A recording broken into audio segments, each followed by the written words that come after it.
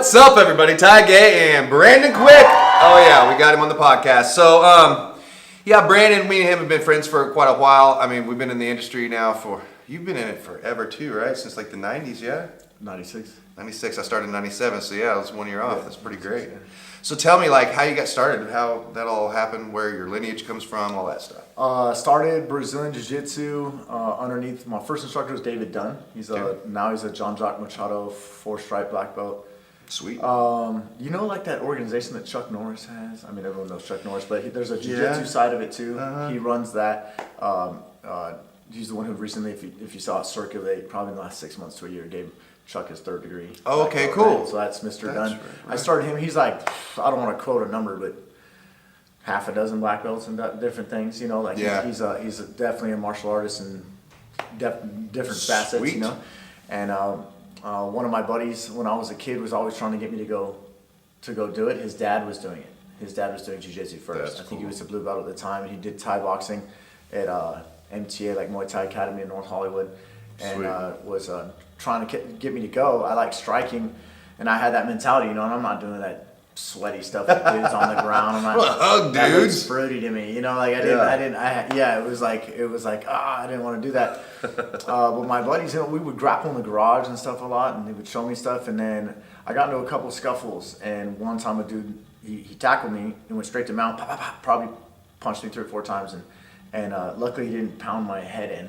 you know, but that was like, okay, I'll never miss class again. You know? Yeah. So I started training there, and then that was my start. I still, you know, friends with him on Facebook, still talk to him a lot. Yeah, Every once cool. in a while when I visit family in California, I'll stop by and, you know, train, say hey. It's cool. My friend Chris, I was telling you about that his dad introduced us to it. He still trains there. So, Sweet. Yeah, and my friend Shane, who's actually on my last DVDs I just made, my Budo videos, I got him choked him a couple times on the video, you know? Sweet. So That's he great. still trains there, and that's how And I so got my who start. did you get your black belt from? Jamie Walsh, he's another Jean-Jacques Machado black Awesome. belt. So Cool. That area, they call it the Jean-Jacques Black Belt Network. Like those guys, especially in that time frame, everyone trained with each other. You know, That's cool. trained with Eddie Bravo, trained with Jamie Walsh and David Dunn, the main guys that I trained with that were That's awesome. in that area. And you're a military guy too, right? Was. Yeah. Was. That's great, man. Thanks for your service and not, getting killed. It's good that you're here. Try the best I You can. know, that's great. Let's see. So you're known around these parts for AGF. For sure. Right? So tell us a little bit about that, how you got started in the tournament scene, like what possessed you to start doing your own tournaments? I'm going to speak frankly. Do it. Okay. You can say anything you want to fucking say filter. on this podcast. You're Oh, totally good. I can free drop to do F-bombs any once in a while. fucking thing you want to say. Other tournaments suck, and you guys know it. You know it. It's not just me. Even when I get my students to go to a tournament, they go to AGF a lot in Dallas and Oklahoma City, and I don't want to be that instructor that's like, only go to my tournaments. Yeah. But I'm like, go ahead. Go to other ones. Yeah. They're going to come running back like their coats are on fire. You know? and you've been around the scene, you know. So I ref for Naga for a while. I refed a lot of local tournaments. My life was running around refereeing every weekend, Sure. just like a lot of my refs do now with me. And I was just like, dang, dude, somebody, 1, has to do it better. Yeah. 2, all it takes is to give a shit. Yeah. Like that's all it is. You know, if you look at me and Chris, we have taken the advice or the complaints or the advice or the desires of our clientele, because that's what it is. You know, I felt like a lot of the other tournaments, even to this day, they'll just blow you off or they treat you like a scumbag or something. It's like, what? Those people are paying you. You know what I mean? Like I've always tripped out. So like any slightest thing go wrong, Chris and I try to smooth it over, try to give a refund, try and make the best experience we can for people. I compete myself. I have children that compete. You know, like I have a girl and a boy. My girl doesn't do so much just now. She's like a 1 day a week kind of thing. You know, but what I'm getting at though is like I know what it's like to have a girl overpowered by boys and Sure. 20 pounds heavier, and the girl's parents are like, oh my goodness. Sure. Anyway, so I really got fed up with a couple tournaments that I was reffing, and I had a couple parents that backed me in my first tournament. in UTA, University of Texas Arlington in Dallas, that Dallas Fort Worth area, and it was called King of the Mats. And we started doing, we did like, I did one of those, and I did another one called Nuwaza Fights. That partner was a crook, literally went to jail. Oh, wow. Like fraudulent, like doing hot checks and Oh, all my. that stuff, you know what I mean? And catch up so with you. Chris Carlino, my partner in AGF, we're 50-50 partners and always have been, came into my gym in March of 2008. And I blue belt and purple belted him. He's gone on to another gym. I moved to a different part of DFW. So he got his brown and black from Mr. Magnus, who's got a large school and following in Dallas. And but retracting, sorry, I wanted a good person to do tournaments with. And Chris and I, a lot of people don't realize, one of the first, very first dudes to do apps on the iTunes and second on the Google Play Market. It was called Killer Apps. You know, it's cool names. Everybody panic. You know? And so we started to do apps, and I did 8 of them. The 9th one was actually with Oklahoma native Pete Wilhelm. Oh, yeah. So we started to venture out once with him. But then iTunes wouldn't tell us when they were going to do an update. And so they would, like, our people who had purchased our apps, their screens would go black, and then we get like, you get bad reviews, and all of a sudden people are like, what's going on? And we're like, dude, why would you, like, tell us what you're gonna do and fix it, So it was kind of like, it was the early phase, and we were really chasing that monkey. We didn't really make a ton. I mean, maybe $1,200 a month or something, maybe a piece, something like that at the rocking and rolling time. It was cool because it's residual income where you just, you don't have to do it anymore. Sure. So then we were like, all right, marketing style, let's make our tournaments, because I wanted to have a trustworthy partner. I told you about the old partners and start like that. Chris, I trust wholeheartedly. He does me. We have our checklist of what we do, and I don't have to worry about him. Once in a while we send reminders, but that we're really good partners that way. Polar opposites, but definitely Sometimes a good thing. Yeah, and so his wife is a great asset to the company too. She works her tail off in the back. She almost kicked my ass one time. So I came to your tournament, and I have a habit of trying to steal his microphone at the tournaments and just to do something, scream on the microphone. And so, man, she not only burned holes through me, but she was coming for me. Yeah. Like, she was moving towards me. Yeah. So I lucked out. Her dad's the next Marine drill sergeant, I think. Man, I can tell I was in hot water then. So I apologize for that, but I'll probably do it again. Still sorry though. It was 4 years ago, but no. So we were making the apps. The apps are called Killer Apps, and so we made our first tournaments called Killer Apps Tournaments. That way, if you got our app, we'd spam you with the advertisement to tell you where our tournaments were, and then when you came to the tournaments, we'd spam you with the advertising in order to get the apps. Sure. Then eventually we kept growing, and it was really solid, and then we were like, we should probably rebrand ourselves as something a little bit more bigger and professional. Then we went with AGF, the American Grappling Federation. I like grappling as well too, because like you notice in the Nogi, it's not just BJJ ranks. Yeah. So I can get the UFC fighters in there. I've had Olympic judokas, sambo dudes. I mean, all forms of people who just don't have actual jiu-jitsu rank can compete in it. So that's why I call it grappling instead of just straight jiu-jitsu. Yeah. Even though all grappling to me is jiu-jitsu. Right. Yeah. Yeah. That's the way a sambo people, like when I was training sambo, that's what they were. If they learn a technique from a jiu-jitsu guy or a judo guy or gung fu dude, it's just sambo to them. Sure. And so for me, everything is just jiu-jitsu. But with the overall grappling, we made it the American Grappling Federation. I like that. Your tournament is run really, really good, and I've been around since the '90s also, and that seemed like the one common denominator is that you would go and everybody would just know that it wasn't going to start on time. It was never going to be reffed right, so make sure you always get the sub and hold on until they peel you off, and then you're probably going to be there till midnight. And that was how it used to be. I was waiting for you to get done talking.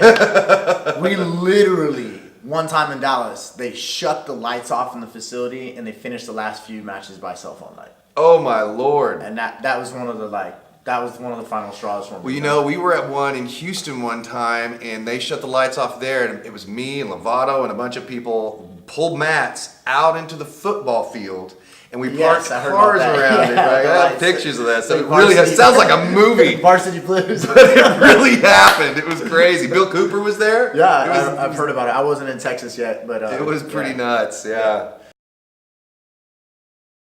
So that's great. So I'm glad that you're, running things pretty smooth.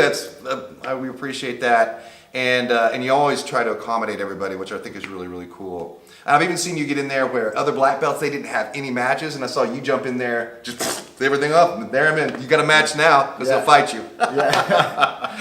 That's great. I think that's great. That's what it takes. You have to be willing to go that extra mile to have anything great. Mm-hmm. And so you're doing that. I think that's awesome. Mm-hmm. And love what you do. Yeah, well, if you're not passionate about what you're doing, you got to stop and do something else because you're never going to make it. Yes, I had that You're conversation. never going to make it. I'm in the music industry. So there's no money over there. Yeah. You got to love what you're doing. So let's see. So we had some questions from online. Let me see if I can find some of them were pretty funny. Let's see here. If you could go back in time and give yourself 3 pieces of advice, what would they be? Don't join the military. Oh, hands down, number one. Heavy. I think that's the worst thing that has affected my life is going to foreign wars. Yeah. You mentioned earlier I was a veteran, but I invading forces OIF and OIF 1. So I was there at the beginning of those battles and into 04 and yeah, I just, without going into a long political spiel, I disagree with what we're doing. Yeah. Yeah. And a lot of people feel the same way as you do. They're in the same boat. Veterans are getting more and more that way. Like you notice my generation, we don't wear the I'm a veteran hat like all the Vietnam eras, and even though they went through worse stuff, let's get real. I feel like they went like my lady sitting over there, she knows I'll get up at a table and like shake people's hands that are like all out of nowhere. Like I'll go. I know what they've gone through as well too. My grandfather was Battle of the Bulge, World War II, 10th Armored Division, all that kind of good stuff. Was up for the Congressional Medal of Honor, like stuff like that. And so there was a proud side of it, but I won't let my son go. Let's put it that way. Sure. There's gonna have the big rift in the family if he takes off and signs up one day. So I would do that. I believe in defending our country. I believe that we need to have a military. I just don't believe in foreign wars. That we're going to. That's what I want to say. Not just don't join the military, but like that's what I would have told myself because I went there. Don't hang out with those people. the wrong crowd. Yeah, I mean, I grew up Los Angeles. My parents and where I lived were completely different. Parents and divorced and stuff. And so my dad's like Mr. Hollywood completely. Literally the longest running stage manager in the history of television, like 36 daytime Emmys, something like that. So like Price is Right, Young and the Restless, the original like Hollywood Squares, Dean Martin Show, Laughing, Johnny Carson, the Rat Pack, Sammy Davis Jr., that kind of stuff. Just retired a year and a half ago, moved to Texas to be grandpa. His last shows that he did was The Price is Right. Still done that for like 30-something years. Wow. So yeah, he went through Bob Barker to Drew Carey, all that kind of stuff. Yeah. Oh, that's crazy. Yeah, and but mom was like, not the great neighborhoods, not a lot of money, single mom, that kind of stuff. And so different sides of Los Angeles as well too, and different just outlooks in life. You know what I mean? Yeah. I hung out with some people I probably shouldn't hang out with when I was younger. But I think a lot of us did that. Yeah, for sure. I think those would be the biggest. Stay in school. Get good grades. I mean, there's pros and cons of like going to college or being an entrepreneur or going to a trade school. You've got your different versions of what people think of that. Sure. But I definitely think I would have done better at school. Yeah. Yeah. I feel I'm a real smart person. But I was also bored with it. My senior year, I had more ditch days than I had present days. I was just peace. I was hanging out on top of the Hollywood sign. You know what I'm saying? And so that's what I guess I would tell myself. That's good. I like that. Let's see what we got up. What's we got here? Hanging out with the wrong crowd. I think that happens to a lot of us, and I feel super fortunate to have been able to made it out of those days. Yeah, I was lucky a lot. Lucky a lot. It's a good way to put it. I'm lucky a lot. Like I played Russian roulette. You know what I'm saying? Like I've been lucky a lot. There's all kinds.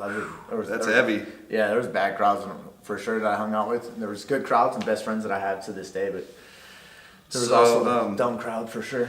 So good advice. Try to stay away from stupid people. Yeah, best you can. Yeah. And I heard that from my like grandparents, my parents and stuff too. But you know, when you want to find out things on your own, and I found a lot of things the hard way. Trying to be cool. Trying to be cool. Trying to impress people. God bless. Yeah. I care less about that now. Yeah, me either. So somebody wants me to ask you, have you ever tried DMT? No. I was supposed to say that in a Joe Rogan voice. Yes. No DMT. Great. No DMT. What is your current perception of Brazilian Jiu-Jitsu, the Brazilian Jiu-Jitsu community as a whole? What is being done well and what could be done to improve? Okay, so the first part is like, what's my perception of the jiu-jitsu community? Yeah, like the whole thing right now, like as it sits. What do you see it? You see it as good, bad, indifferent? I think it's blown up. I mean, like like we were talking about when we started, like, especially even in California where it's like the Mecca now. There was only like a couple of tournaments a year in the early '90s. Used to, mid-90s, yeah, that's right. You know what I mean? So, and now I'm running tournaments internationally. Right. You know what I mean? So, I think the main reason why it blew up is technology. It's connection. Like I said, I did apps. You know, anybody that had access to an iPhone or Google Play Market can download my app back then. Sure. You know, so and then with today's YouTube, people ask me why have you taught so many places all over the world, blah blah blah. I've been to 21 countries, and they're like, how do you teach so much? I'm like, it's literally either my first DVDs, Fade to Black, that was huge. My second one just came out like a month ago. Right. So 10 years later, yeah, and then the app, so that's global knowledge. And then I think also I was at the spearhead of some things.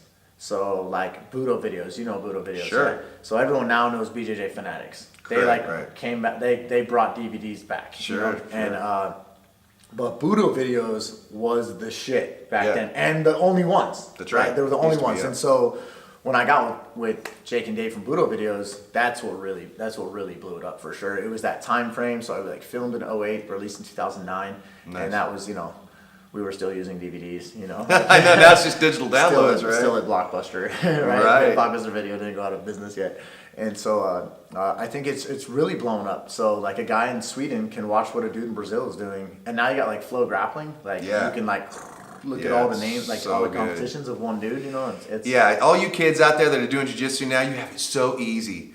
Yes. We have to, there was no YouTube, right? Yeah. No YouTube. No YouTube, yeah. We had to maybe find VHS. It was VHS at the beginning, no DVDs in the But beginning. not even no tournaments though. No, there was it no was just tournament. instructional. It was like Greg Cook. Yeah, Remember right. that? Like, Yep. BJJ A to Z, stuff like Yep. that. Yeah, for sure. My first one was Joe Morera on Panther Yeah. videos or something like that. Oh yeah, Panther. Remember that? Old school. Yeah. Well, you're teaching a seminar here at my school tomorrow at Redline Jiu-Jitsu Academy, and you're going to be doing a leg lock seminar and a Darce choke seminar.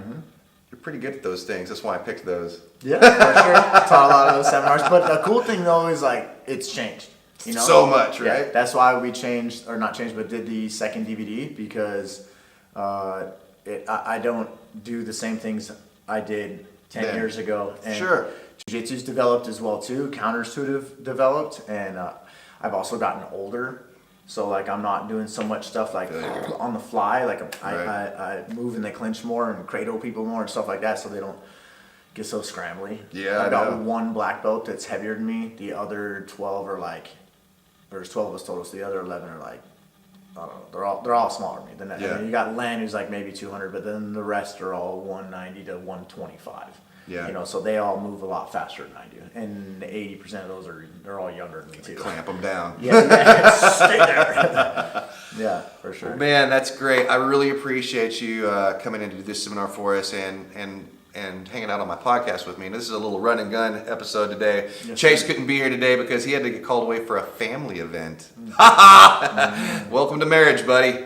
All right, so but yeah, we're gonna go have some Japanese cuisine right now, and then we're gonna have a badass seminar tomorrow. So Awesome. Sounds for being good. here, brother. All right, thank you. Appreciate it. submitting life.